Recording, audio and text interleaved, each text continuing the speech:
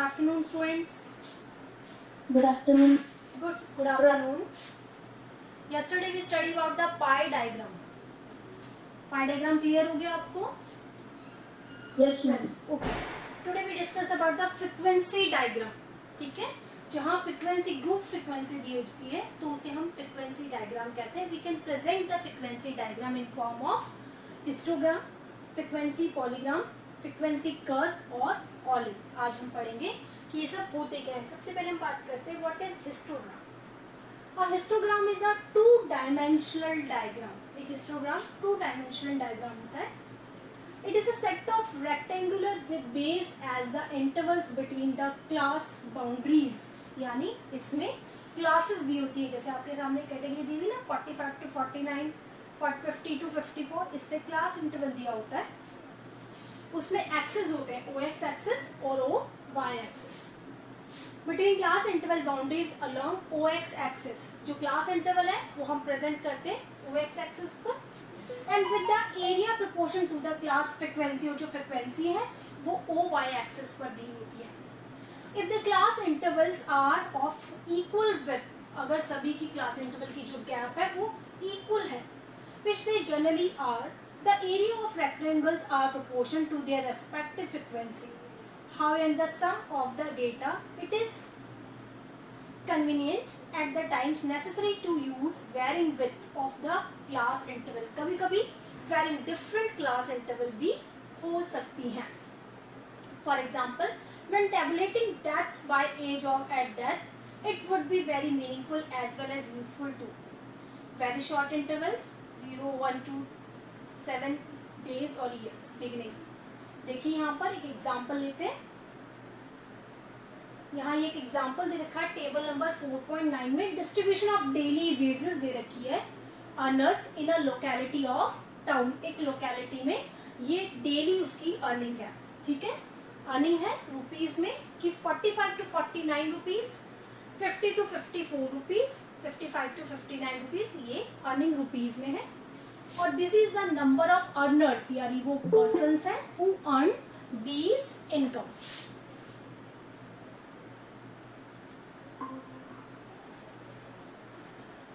देख रहे हैं यहाँ पर आपके सामने दिया हुआ है these are the earning of the person and these are the number of person who earn these incomes. ठीक है, तो ये आपका क्लास हो गया, ये आपकी फ्रीक्वेंसी वहां पर हो गई. अब इसको हम एक डायग्राम से बताएंगे. ये देखिए यहाँ पर सबसे पहले हम देखते हैं, अगर हम फ्रीक्वेंसी पॉलीग्राम लेते हैं सबसे पहले हम देखते हैं व्हाट यहाँ पर इसी को प्रेजेंट कर लेते हैं. चलिए सबसे पहले हम देख रहे हैं कि ये जो क्लास अर्निंग है उसका ये फ्रीक्वेंसी है. इसको हम अगर हम डायग्राम में या फ्रीक्वेंसी डायग्राम में दिखाएंगे तो किस तरीके से दिखाएंगे. सबसे पहले आपको पता है ये होते हैं आपके axes. It is OX axes और इट्स OY एक्सेस. ये तो पता है आपको सभी को, पता है ना. यहाँ पर आप अपनी क्लास इंटरवल लेते हैं, जो भी आपकी क्लास इंटरवल है वो आपने यहाँ पर ली. ठीक है, यानी जैसे आपकी ये अर्निंग है वो यहाँ पर आ गई, और ये जो आपकी फ्रीक्वेंसी है, फ्रीक्वेंसी को आप OY एक्सेस पर लेते हैं. जब इस तरह से आप बनाते हैं तो ये जो आपका अर्नर है ये एक रेक्टेंगुलर डेटा के रूप में वहां पर प्रेजेंट किया जाता है, तो बार डायग्राम हो जाता है. और जब आप एक सिंपल लाइन के तो ये फ्रीक्वेंसी डायग्राम के रूप में प्रेजेंट किया जाता है. ठीक है, क्लियर. अब इसका दूसरा जो एग्जांपल है दैट इज ये दे रखा है आपको फ्रीक्वेंसी पॉलीगॉन. अब frequency polygon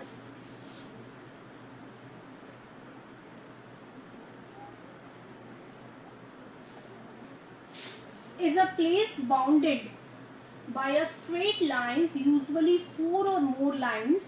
Frequency polygon is an alternative of histogram, is also derived from histogram itself. जो फ्रीक्वेंसी पॉलीगॉन होता है वो हिस्टोग्राम से ही ड्रॉ किया जाता है. ठीक है, जैसे आप यहाँ पर एक एग्जांपल देख रहे हैं, ये वही डेली बेसिस दे रखी है आपकी. ठीक है, इसमें हमने क्लास इंटरवल को क्या किया, कन्वर्टेड किया, 0.5 माइनस किया L1 में से, 0.5 प्लस किया L2 में. याद है ये इंक्लूसिव और एक्सक्लूसिव सीरीज याद है, कन्वर्जन? Yes, ma'am. ठीक है, यहाँ आपका डिस्ट्रीब्यूशन ऑफ फ्रिक्वेंसी है। फॉर एग्जाम्पल 44.5 से लेकर 49.5 तक आपने देखा कि यहाँ पर लगभग आप ये देख रहे हैं 2 से कम। ठीक है, यहाँ पोर्शन यहाँ पर कवर हो रहा है। ठीक है, अब यहाँ पर देखिए कैसे बनाते हैं। सबसे पहले हमने देखा कि जिस तरह से हम मोड निकालते हैं, मोड में क्या देख रहे हैं, इसकी लेंथ सबसे ज्यादा है। हिस्टोग्राम है, इसमें हम क्या करते हैं, ये वाला जो कॉर्नर है इसका, इस कॉर्नर को इस कॉर्नर से अटैच करते हैं। जैसे हमने मोड भी किया था ना कैलकुलेट, जो मोड हम कैलकुलेट करते हैं ग्राफिकल मेथड से, वो यही होता है। और इस कॉर्नर को इससे, जहां ये एक दूसरे को कट करते हैं, वो आपका यहाँ पर ये आ गया मोड।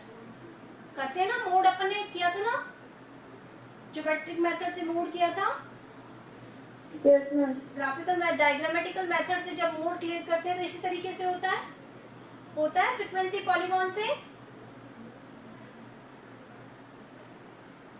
Yes, ma'am. किया था ना। तो इस तरह से ये जो फ्रीक्वेंसी पॉलीगॉन है, it just a type of mode. ये मोड भी कैलकुलेट करने का यही तरीका होता है, इसे फ्रीक्वेंसी पॉलीगॉन कहते हैं, जहां हिस्टोग्राम जो होता है उसी का ही बेस लिया जाता है। क्लियर हो गया ये? Yes, ma'am. ओके, आगे देखिए।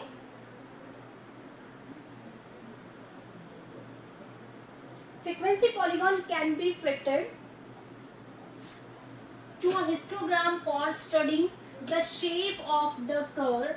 The simplest method to drawing a frequency polygon to join the midpoints of the top side of the conservative rectangles of the histogram. अभी आपने देखा क्या करते हैं कि जो हिस्टोग्राम्स हैं उससे पॉलीगॉन बनाने के लिए हम क्या करते हैं, उसके कॉर्नर से जहां वो इंटरसेक्ट करता है वहां से मिड पॉइंट से नीचे तक जाते हैं, तो आपको पता चल जाता है कि उसकी फ्रीक्वेंसी पॉलीगॉन कितना है। It leaves with the 2 ends way away from the baseline, dining the calculation of area under the curve. The situation is to join the 2 end point. ठीक है, 2 end point होते हैं, उनको ज्वाइन करना पड़ता है। Obtain to baseline at the mid value of 2 class with the 0 frequency immediately each end of the distribution. Broken lines dots may join to ends with the baseline. उसमें हमने क्या देखा कि अगर हम इस तरह से पॉलीगॉन बनाते हैं, हिस्टोग्राम है, इसमें क्या करते हैं हम कि उसकी बेस लाइन से इस तरह से आप लाइन टच करते हैं ना, यहाँ पर जो होता है उससे, और मान लीजिए यहाँ पर है तो आपने इसको इससे टच किया, जहां पर आएगी उसको नीचे बेस लाइन से लेके जाएंगे, जहां पर वो आ जाएगा वो आपका क्या हो गया है, उसकी क्लास इंटरवल की मिड पॉइंट वहां पर आ जाता है। क्लियर? ठीक है, तो फ्रीक्वेंसी डिस्ट्रीब्यूशन को प्रेजेंट करने का एक तरीका जहां हिस्टोग्राम है, वहां फ्रीक्वेंसी डिस्ट्रीब्यूशन को दूसरा जो प्रेजेंटेशन का वे है, दैट इज फ्रीक्वेंसी पॉलीगॉन। ठीक है, 2 तरीके पढ़े अपने, हिस्टोग्राम और पॉलीगॉन। क्लियर हो गया ये? Yes, ma'am. Okay. This is the most important way. Frequency polygon is the most common method to presenting the group frequency distribution. ये सबसे कॉमन मेथड माना जाता है जहां ग्रुप फ्रिक्वेंसी यानी जहां क्लास इंटरवल होता है, उसकी क्लास इंटरवल की फ्रिक्वेंसी को दिखाने के लिए सबसे बेस्ट जो मेथड है वो क्या कहलाता है, फ्रीक्वेंसी पॉलीगॉन मेथड कहलाता है, जिसमें जो आपकी कंटिन्यूअस सीरीज है उसमें फ्रीक्वेंसी को शो ऑफ करने के लिए, उसका ग्रामेटिकली जो प्रेजेंटेशन होता है उसको प्रेजेंट करने के लिए ये सबसे अच्छा मेथड माना जाता है। Boundaries and class marks can be use along with the OX axis. इसमें क्लास मार्क्स कहाँ लेते हैं, OX एक्सिस पे लिए जाते हैं। And distance between 2 concentric classes mark being proportional equal to the width of the class interval.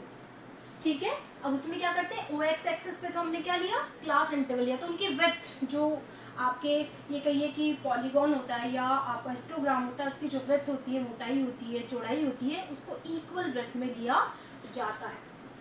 Plotting of data becomes easier if the class mark fall on the heavy lines of the graph paper.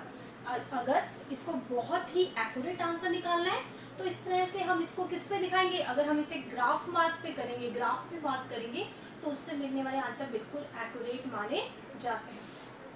No matter whether the class boundaries or midpoints are used in the OX axis.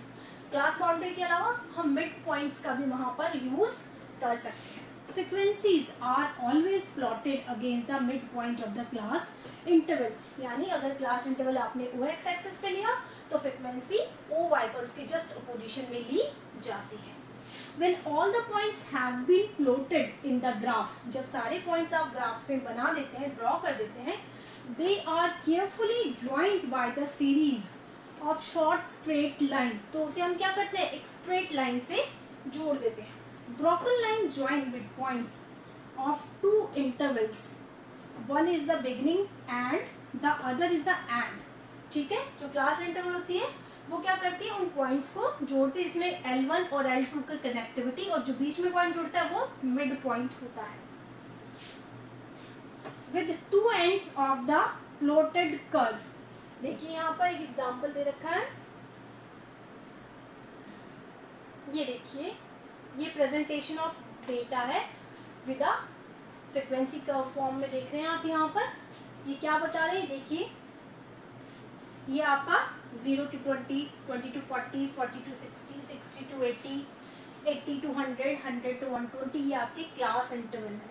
ठीक है, और यहाँ आपको दे रखी है आपकी OY axis पर frequency दी गई है. इस तरह से यहाँ फ्रीक्वेंसी डिस्ट्रीब्यूशन देख रहे हैं, एक स्ट्रेट यहाँ पर एक लाइन के रूप में दिया जाता है. इसे फ्रीक्वेंसी पॉलीगॉन भी कहते हैं. ठीक है, ये फ्रीक्वेंसी कर्व या के शेप में भी होता है. इसको एक स्ट्रेट लाइन के रूप में देखकर कैसे देख रहे हैं, कर्व के रूप में भी पाया जाता है. क्लियर? Yes, ma'am. ओके, अब देखिए आगे आपका frequency curve. It is obtained by drawing a smooth free hand curve passing through the points of the frequency polygon as closely as possible. It may not necessarily pass through all the points of the frequency polygon but passes through them as the closely possible. ठीक है, जो frequency curve आपने देखा ये polygon से ही लिया गया है. जो फ्रीक्वेंसी पॉलीगॉन लिया गया था उससे ही ये कर्व की शेप पास थ्रू लाइन से की गई है. नेक्स्ट जो आपका है दैट इज ओगिव. जो नेक्स्ट आपकी शेप है that is ogive. Ogive is called the cumulative frequency CF curve. Ogive किसे बोलते हैं, CF कर्व. जब हम क्यूमुलेटिव फ्रीक्वेंसी बनाते हैं, what is cumulative frequency, the sum total of frequency है ना, adding on each class interval. जब हम हर क्लास इंटरवल पे फ्रीक्वेंसी का टोटल करते हैं that is known as CF cumulative frequency. As there are two types of cumulative frequency, वहां दो तरह की cumulative frequency होती है. कैसे, more than और less than. As there are two type of cumulative frequency, less than and more than, according to their ogives or any group frequency distribution data. Here, in place of simple frequencies,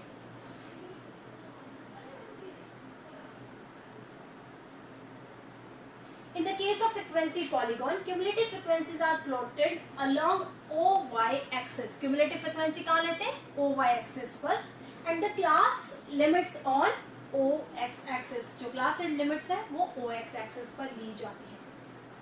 For the less than, अगर हमें less than करना है ओगिव, the cumulative frequency is plotted against the respective upper limit of the class limit. ठीक है, अगर हमें less than बताना होता है तो अपर क्लास लिमिट के अपोजिट हम चलते हैं, और more than ogive that is plotted against the respective lower limit के अकॉर्डिंग उसे चलना पड़ता है.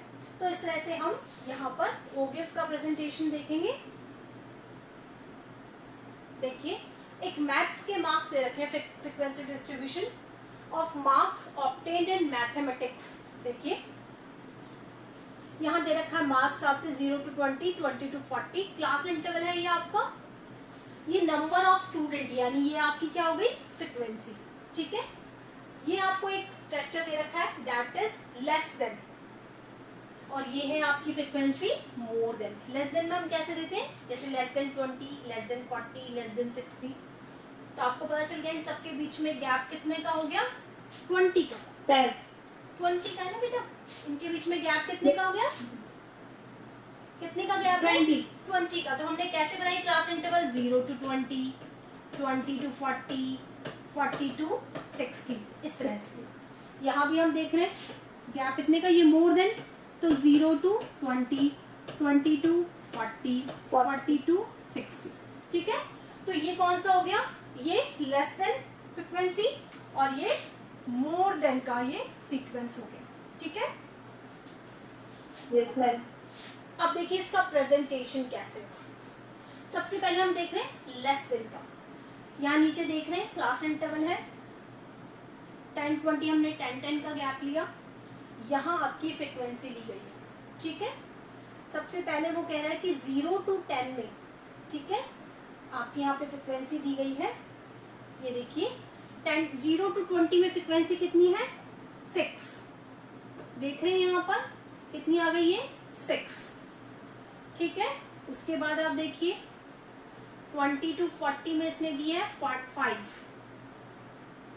ठीक है, इस तरह से 20 to 40 में 5। लेस देन में देख रहे हैं ये, यहां से देखिए क्योंकि लेस देन में है, सबसे पहले है 6 के बाद ये दे रहा है लेस देन 40 में 11, ठीक है, क्योंकि ये क्यूमुलेटिव को बता रहा है, देख रहे हैं ना आप, ये क्यूमुलेटिव फ्रीक्वेंसी है, less then in cumulative frequency, ठीक है। तो 6, 11, 44, 58, 64। तो लेस देन में जब आपका कर्व बनेगा फ्रीक्वेंसी का, वो कैसे देख रहे हैं, ये एक पॉजिटिव कर्व है जो इस तरह से अपग्रेड हो रहा है। लेस देन में कैसे बन रहा है, अपग्रेड, बढ़ती हुई फ्रीक्वेंसी वहां पर होगी, ठीक है। और मोर देन में कैसी होगी, नेगेटिव स्लोप वो पाया जाएगा, ठीक है। समझ गए इस बात को, क्योंकि क्यूमुलेटिव से आप क्या बनाएंगे, क्यूमुलेटिव फ्रीक्वेंसी से आप क्या बनाएंगे, सबसे पहले फ्रीक्वेंसी बनाएंगे क्यूमुलेटिव से।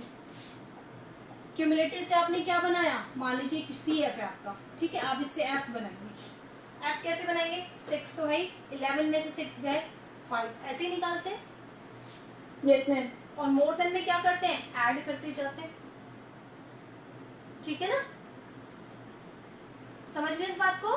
तो ये जो हमारा ये डायग्राम बनाया जाता है वो ज्यादातर क्यूमुलेटिव फ्रीक्वेंसी ओगिव जो बनाए जाते हैं, जो ओगिव प्रेजेंटेशन होता है वो सिर्फ क्यूमुलेटिव फ्रीक्वेंसी CF को प्रेजेंट करने के लिए होता है।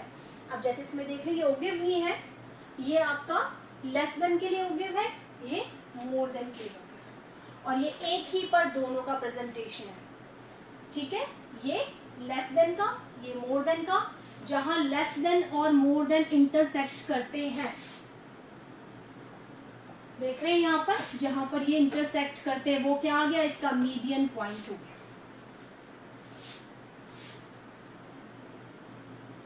समझ गए यहाँ पर कि जब लेस देन और मोर देन क्यूमुलेटिव फ्रीक्वेंसी है और जब उन्हें एक ही एक्सिस पर प्रेजेंट करते हैं, जहां वे इंटरसेक्ट करते हैं वो पॉइंट क्या कहलाता है, उसका मीडियन पॉइंट कहलाता है। Clear, yes ma'am.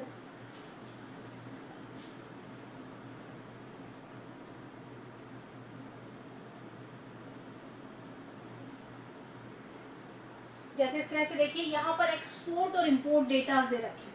एक एग्जांपल ये भी है, द वैल्यू ऑफ एक्सपोर्ट और इंपोर्ट इन करोड़, ये ईयर दे रखे हैं, यानी ये आपकी क्लास इंटरवल है, ये आपके एक्सपोर्ट है और ये इंपोर्ट्स दिए गए हैं। तो इस तरह से भी आप फ्रीक्वेंसी डिस्ट्रीब्यूशन का प्रेजेंटेशन एक्सपोर्ट और इंपोर्ट्स में भी किया जा सकता है। ये आपका चैप्टर कंप्लीट हो गया है।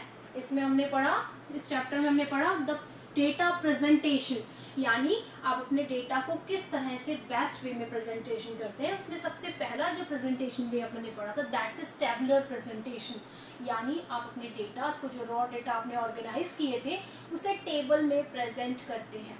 फिर आपने देखा उसका डायग्रामेटिकली प्रेजेंटेशन। डायग्रामेटिकल प्रेजेंटेशन में आपने बार ग्राफ पढ़ा, जहां आप रेक्टेंगुलर शेप का यूज करते हैं। उसके बाद हमने देखा कि इसमें फ्रीक्वेंसी डिस्ट्रीब्यूशन को प्रेजेंट करने के लिए हमने वहां पर हिस्टोग्राम, फ्रीक्वेंसी पॉलीग्राम और ऑगिव का यूज किया जाता है, जहां हमें CF क्यूमुलेटिव फ्रीक्वेंसी डिस्ट्रीब्यूशन को दिखाना होता है। तो इस तरह से ये कर्व के रूप में भी हो सकता है, रेक्टेंगुलर फॉर्म में जब हम फ्रीक्वेंसी डिस्ट्रीब्यूशन को दिखाते हैं वो एक कर्व के रूप में हो सकती है, वो स्ट्रेट लाइन के रूप में हो सकती है, या फिर उसका प्रेजेंटेशन एक रेक्टेंगुलर फॉर्म में भी हो सकता है, जैसा हमने देखा हिस्टोग्राम में हमने ऐसा देखा। ये क्लियर हो गया? Yes ma'am. ठीक है, या यस मैम। चैप्टर कंप्लीट हो गया है। पाई डायग्राम आपका स्पेशली 6 मार्क्स का आता है, जो आपका एनुअल पेपर में होता है, या फिर अभी जब भी आपके 80 मार्क्स के पेपर होंगे हाफ ईयरली, उसमें भी 6 मार्क्स का इस पे क्वेश्चन बनता है। ठीक है, तो आप इसकी पाई डायग्राम की अच्छे से प्रैक्टिस करें, या फिर हिस्टोग्राम्स भी आ जाते हैं 2 या 4 मार्क्स में आते हैं। ठीक है ना, तो मैं आपको इसके प्रैक्टिस क्वेश्चन आज सेंड करूंगी। Okay yes ma'am. Okay, have a nice day. Thank you. Thank you ma'am. Welcome बेटा।